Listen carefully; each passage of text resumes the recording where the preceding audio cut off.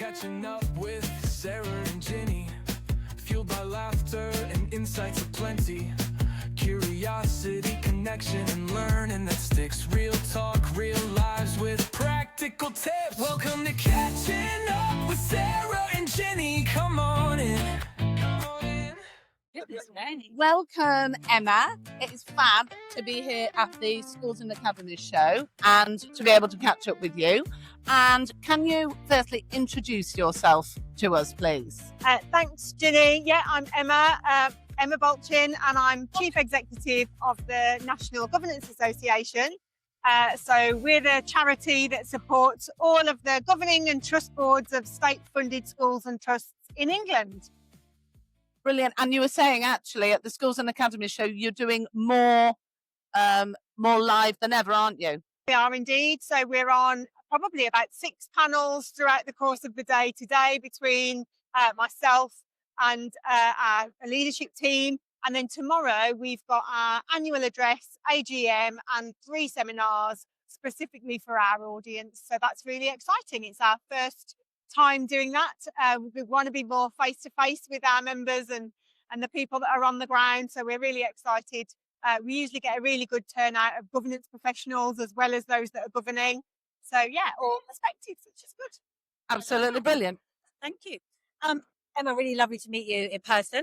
Can you tell me a recent wow moment for yourself? A wow moment. Related to kind of work and sort of our agenda, thinking about that very much so. Boards are obviously kind of responsible often for the oversight and implementation of things like behaviour policy. There's been a lot of press recently about support for uniform policies. And my own daughter has got alopecia. So I kind of was really struck, I think, and this made me feel differently. We were having a bit of a conversation just randomly. She has eyelashes at the moment. She has had periods of time where she's had no eyelashes at all. And I think now she's 14. If she were to have no eyelashes, I probably would struggle to get her out of the door. But I think our uniform policy probably at school would view that as a bit of a glamorous makeup, unnecessary add-on.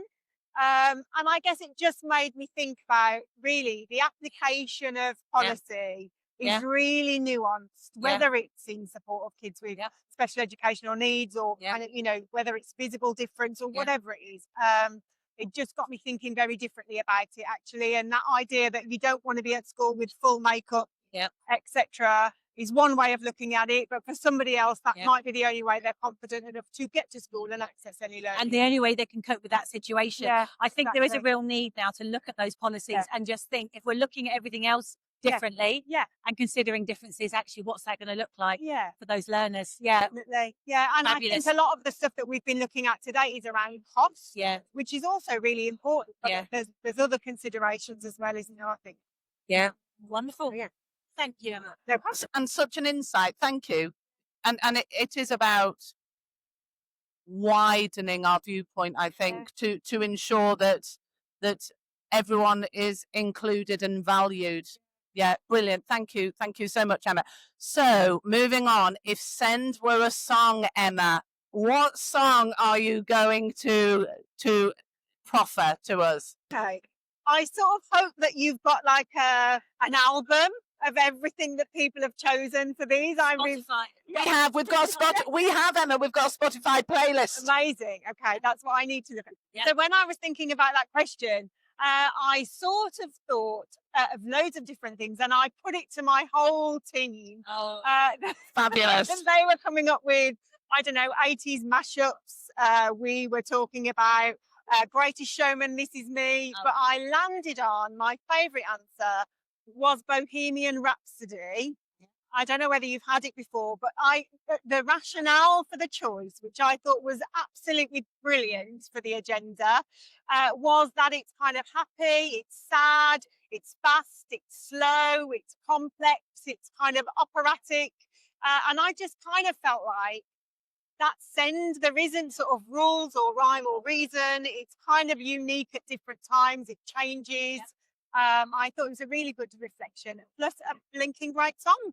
And I think you're right. I think everybody involved with Send children, parents, teachers, governors, outside agents, we have those roller coaster days. We have the good days, we have the difficult days, we have the days where we feel we've really achieved, and we have the days where everything seems to be a barrier or an obstacle. So an absolutely brilliant choice. Thank you, Emma. And actually a wonderful addition to the Spotify list. But also, you're right, what we do need is something uplifting. Yeah. And I think in whatever the day is, whatever it's showing us, and as a parent as well of my son, when you were talking about things around uniform and policies, it's, you know, year 5 now, actually, that's become a point where it's hit in terms of that flexibility is needed. He now wears his PE kit every day, which is a great little compromise. Yeah. But because it's comfortable, and it's just really important that we keep being uplifted. Yeah. And we keep kind of raising it that's okay. And that's okay to be different. Yeah. So the final question is around your favourite book, or not necessarily your favourite book, a book would you like to recommend for others to read? Okay, so this is kind of a bit veering from the theme of send, I guess, but really sort of important book in terms of one that has just stayed with me. I did an English degree, so loads of reading a million years ago now. But one of the books that we had to read was by Marge Piercy, and it was called A Woman on the Edge of Time. And it's sort of set between now and then this future. Right. I won't say how she's transported. The main character is transported to the future because it's a bit of a spoiler that they save till the end. But in the future, gender doesn't really exist. Right. So instead of calling anybody him or her, everybody is her. And it's, I suppose, a bit of feminist kind of picture really about needing to be in this space for true equality to be achieved. Yeah. And actually what it really did for me was make me realise, even though I think I am unaffected by gender roles, etc., I was desperately, when they were set in the future, so they flicked between the two, like the now and the future. When they flicked to the future, I was desperately trying to work out whether they were male or female characters. Right. So their names give nothing away. And because instead of him or her, they just use her, short person, it showed me my unconscious bias became conscious.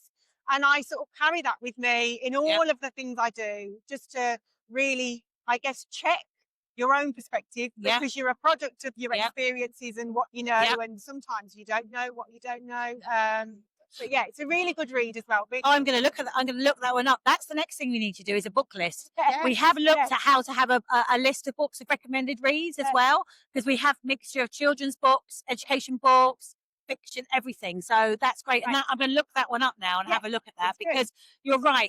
We talk a lot about the lens that we look at things through, the lens that you interpret a situation through in school, outside of school, everything. It's just that thing of slightly changing how you're looking at something and being aware of that unconscious bias. Wonderful. Well, that was fabulous, Emma. Thank you so much for joining us. Yes, thank you so much. And I look forward to tomorrow. Yes, you're on our panel. Can't wait to hear you. Hear us. Yeah. Hear you. Sorry, Jenny. And what do we always say? It's always a pleasure. Never a chore. Thank you very much for joining us, Emma. Thank you, Emma. Thanks for joining us this time on Catching Up with Sarah and Ginny. Always a pleasure and never a chore.